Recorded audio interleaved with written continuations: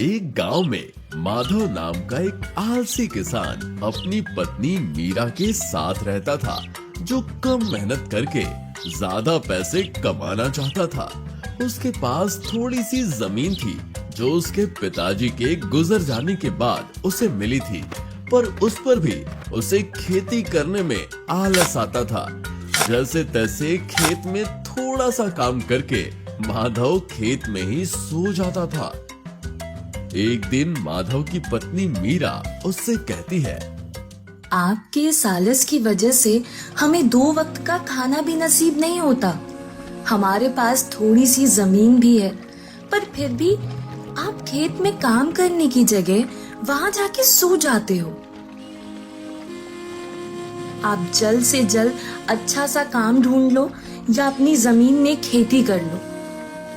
अरे तुम चिंता क्यों करती हो? इस बार मैं कुछ ऐसा काम करूंगा, इससे हमारे पास जल्द से जल्द अच्छे खासे पैसे आ जाएंगे। ये तो आप हर बार ही बोलते हो, पर करते तो कुछ नहीं। पर इस बार आप ऐसा क्या सोच रहे हो कि आप जल्द से जल्द बिना मेहनत के पैसे कमा सको? वो तो मैंने अभी तक सोचा ही नहीं, पर तुम देखना, एक दिन हमारे पास सब कुछ होगा। सोना, चांदी, हीरे और बहुत सारी जमीन होगी। हाँ हाँ, देखते हैं। मुझे मालूम है तुमसे कुछ नहीं हो पाएगा।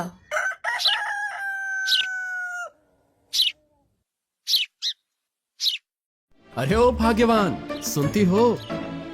मैं खेत में जा रहा हूँ, मुझे साथ में खाने के लिए कुछ दे दो, मैं दोपहर में खा लूंगा। हाँ हाँ, देती हूँ, पर वहाँ खाना खा के वहीं सो मत जाना। मीरा माधव को खाने की पोटली देती है और वो लेके माधव खेत में जाने के लिए निकलता है।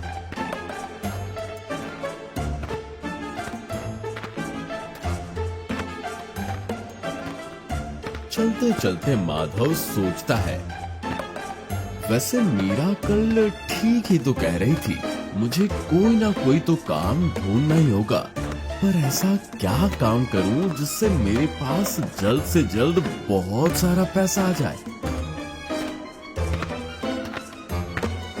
चलते चलते वो थक जाता है और वो सामने एक पेड़ देखता है और कहता है, वाह वाह वाह, कितनी छाया है इस पेड़ के नीचे। ऐसा करता हूँ, यहाँ सो जाता हूँ, बाद में चला जाऊंगा खेत। और माधव उसी पेड़ के नीचे सो जाता है। देखते देखते शाम हो जाती है। तभी वहां से एक साधु आते हैं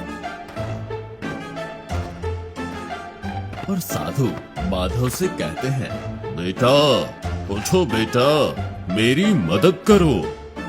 साधु बाबा की आवाज सुन के माधव उठ जाता है।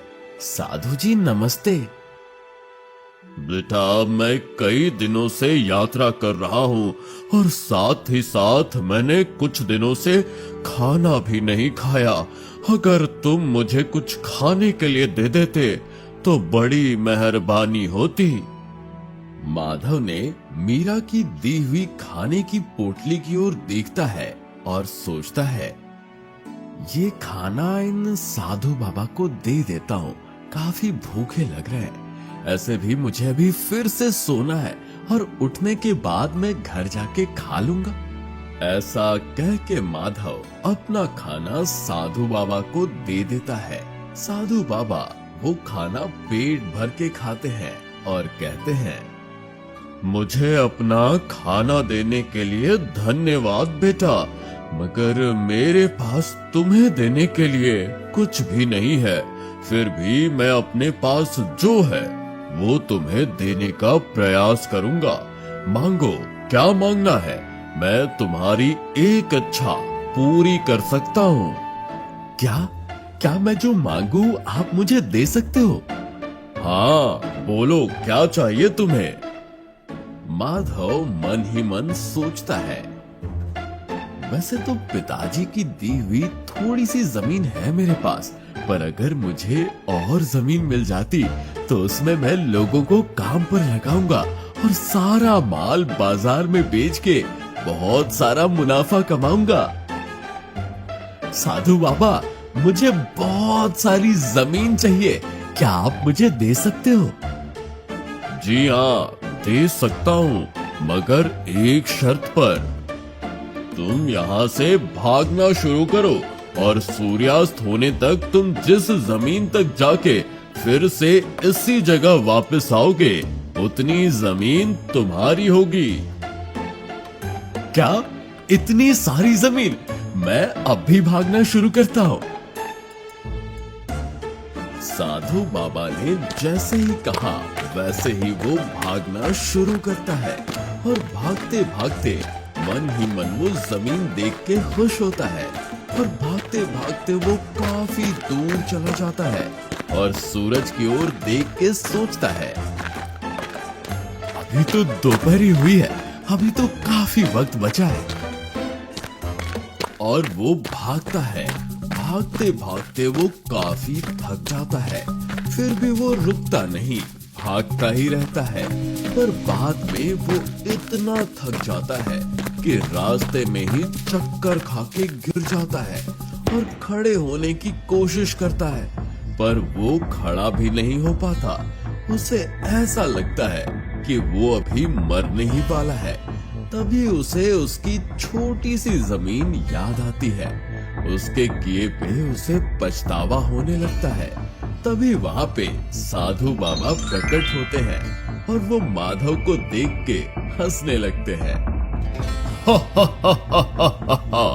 क्या तुम्हें और जमीन चाहिए?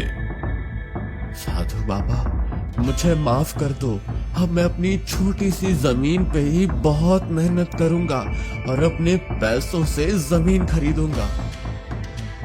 ये सुन के साधु बाबा खुश हुए और माधव से कहते हैं, जो जितनी ज्यादा मेहनत करता है उसे उतना ही अच्छा फल मिलता है।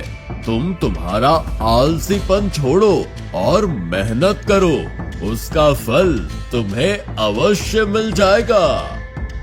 ऐसा कह के साधु बाबा वहां से निकल जाते हैं।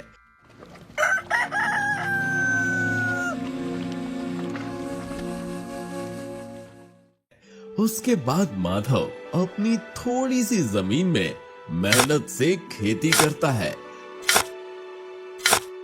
साल 2 साल में ही वो अच्छी कमाई कर लेता है और वो अपनी मेहनत के पैसों से और जमीन खरीद लेता है।